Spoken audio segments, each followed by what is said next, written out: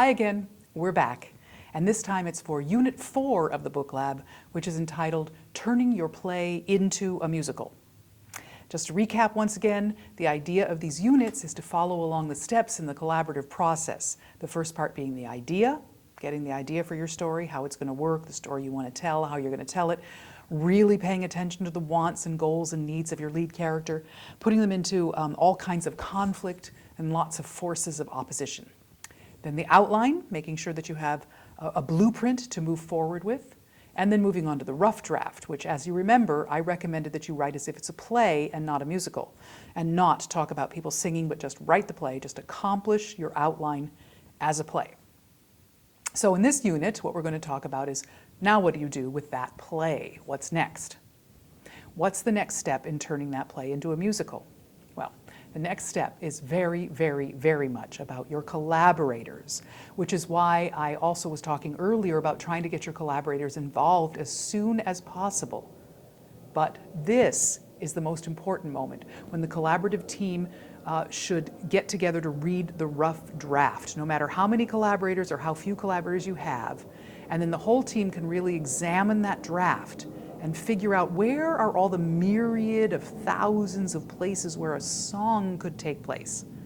This is not a time for questions like, where are we going to put the I Want song, or we have too many ballads, or let's put a group number in here. Don't approach it like that. Look at it scene by scene, and for each scene say, well, what if they sang about this? What if this were the moment that got sung? What if he sang? What if she sang? What if the two of them sang together? For the collaborative team, this really should be a process of blue skying all of the possible what-ifs, all the possibilities, because there are so many. And you don't want to just accept the first ones that come to mind when a little digging could result in much more interesting ideas and possibilities. The ideas that really resonate will start to stick, and you'll keep coming back to them. Now, a couple of the handouts that come along with this unit are handouts that are actually from the Lyric Lab about this very process, which is called song spotting. There's a prep sheet that talks about some of the things you need to keep in mind when you're reading through the rough draft and spotting places to put songs. And then there's a worksheet that you can fill out whenever you've determined that there's a spot where you think you want to put a song. There's an actual worksheet that you can fill out that includes such things as what is the song about, where does the song take place, what dialogue does it replace, who's singing it, why are they singing it, what is the song going to accomplish, and lots more. I'm not going to go into a lot of detail about either of those handouts because they are primarily about lyrics, although if you're interested in being a lyricist, I would highly recommend that you consider taking the Lyric Lab. It is awesome. But this brings me to probably the most important point that I want to make in this unit. I'm not going to talk for a long time in this unit. There isn't a lot to say, but here it is. As the book writer, you must not abdicate your right and your responsibility of being involved in the song spotting. It's all too easy as a book writer to say, okay, I've done my part. I've helped create the idea, I codified the idea, I wrote the outline, I followed the outline, I wrote a rough draft. Now, just get back to me when the songs are done and we'll see where we are. I would really, really strongly urge you not to do that. Hopefully, you wrote a strong outline that made a lot of sense, and you wrote a great rough draft of the book, and now you really need to feel the right and the obligation to take part in the song spotting, to get your collaborators to respect your contribution to this phase. Of course, if you are the lyricist as well, or the composer, then that's easy. But if you aren't, if you have a separate lyricist and or composer, really let them know that this is a team effort. You're all going to do the song spotting. You have some great ideas. Clearly, when you were writing your rough draft, even though you didn't write down the lyrics and didn't mention song possibilities, I'm sure you had all kinds of ideas in your head about where it might sing and how it might sing. And it's not impossible that you even wrote some nice big juicy monologues that you just assumed would get snarfed up by the lyricist and turned into songs. Well, don't assume anything. Talk to your collaborators. There's no need to be pushy. There's no need to insist that the ideas that you had for where songs could go and what they could be have to be what happens. You don't want to be pushy. You certainly don't want to listen to what you certainly do want to listen to what your lyricist and your composer have to say. They're going to have great ideas too. All I'm saying is make sure all the ideas get on the table, and make sure that when a song is being discussed, that you perform the task of the book writer to stop and think, how is this song going to support the book? How is it going to make sure that the story is being told as strongly and as compellingly as it can? Is it the right person singing the song? Is it the right moment in the show? You never want the song to be in there just because we feel like having a comedy number here.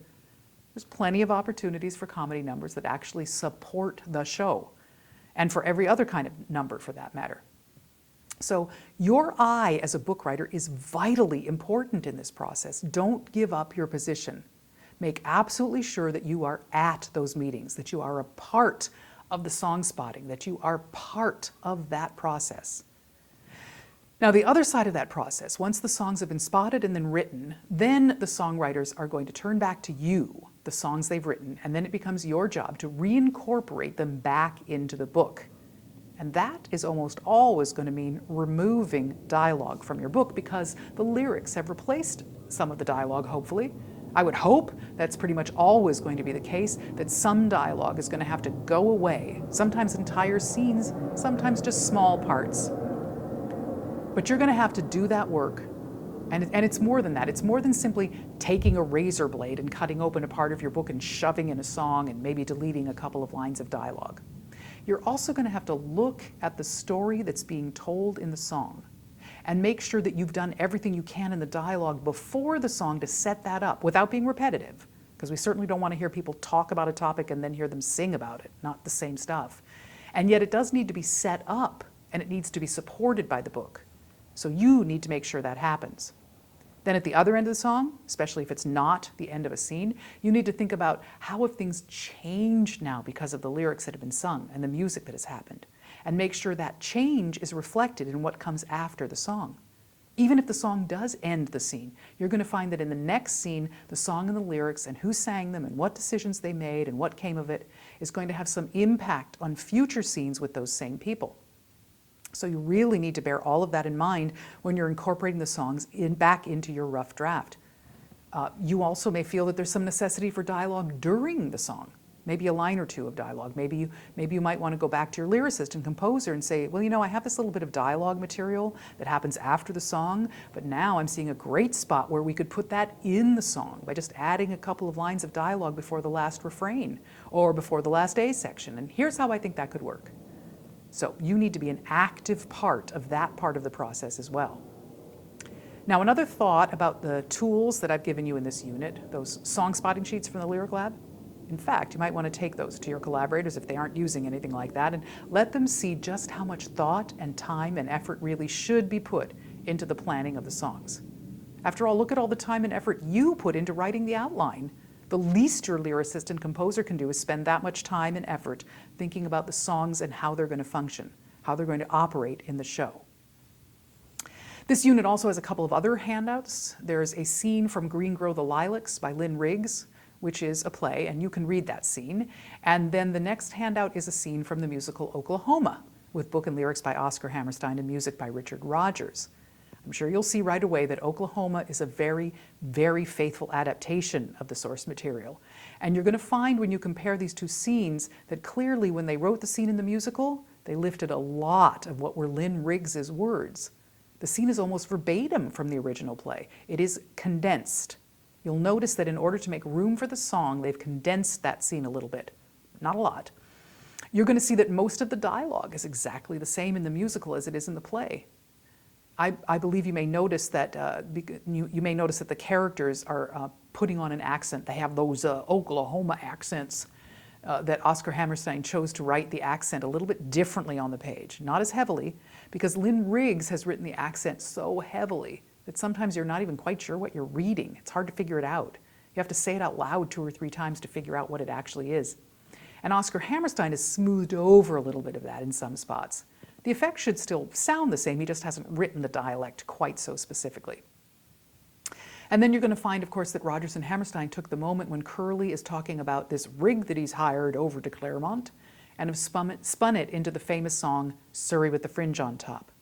They replaced some of the dialogue from the original scene, but they've also expanded it. And that song takes up a lot more space than that portion of the scene did in the original, which is another reason why the rest of the scene has to be condensed a little bit. But if you look at the lyrics to Surrey with the Fringe on Top, you're going to find that there's an awful lot of diction and an awful lot of language taken directly from the original. And even the basic structure of the song is all straight out of Lynn Riggs's play. It's very clear. It's been adapted very faithfully. So that's a really interesting thing to look at, and especially because of the specifics, you know, things like the isinglass windows and the lights blinking on and off and all these details. These beautiful, juicy, wonderful, specific details that are in Lynn Riggs's original play show up in the lyrics for Surrey with the Fringe on Top.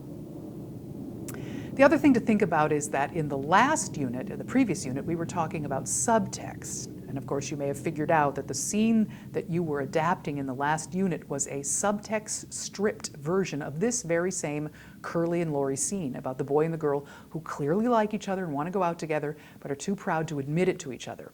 So there's tons and tons of subtext going on. Now, Hammerstein took huge advantage of that, and this entire song, The Surrey with the Fringe on Top, is all about subtext. It's all about the fact that they can't sing about the fact that they like each other, and they can't sing, do you want to go to the box social with me or not? Curly has to sing about something else completely. So to cover up his true feelings, his subtext, he sings about the Surrey and how beautiful it is, because he can't tell Laurie how beautiful she is. And he sings about how great it would be for somebody to be able to ride in that Surrey to the box social, because he can't ask Laurie to go with him and ride the Surrey there. So it's all about subtext. It's really beautifully done. And I think it is definitely a good case for a book writer being involved in the spotting of that song. Even if you aren't also the lyricist, like Hammerstein was, as a book writer, you can really see how the story of that scene, both in terms of progression of plot, in character development, and in subtext, well, that song is rich with it. And yet, the whole scene is really, really faithful to the original, so it's well worth having a look.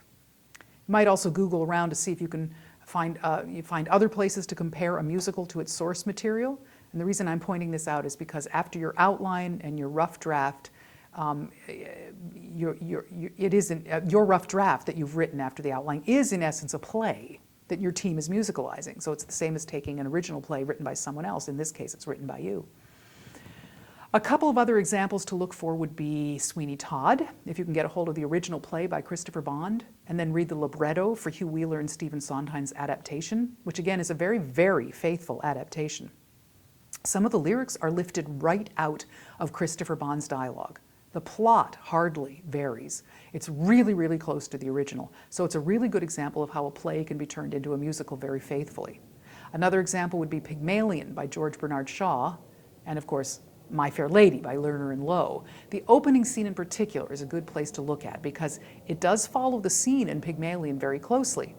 So have a look at all of those things as you're looking at how to turn your play into a musical and how to incorporate the songs back into your rough draft as you convert it into a draft of the musical. So you aren't just shoving songs into your play, but you're really making them whole with your play. Also in this unit, there's an exercise where you're going to write what I call the New York scene. Now I want you to really pay close attention to the instructions on that exercise. If you haven't been doing the exercises till now, that's your business. You know, you don't have to tell me about it. But this exercise you really need to do because it impacts on the assignment for this unit. So really make sure you do this exercise. And when you're doing it, really pay attention to the instructions that talk about making sure that the woman in the apartment doesn't let on to her friends how she's feeling and how sad she is and how alone she is and how she really wants to go home.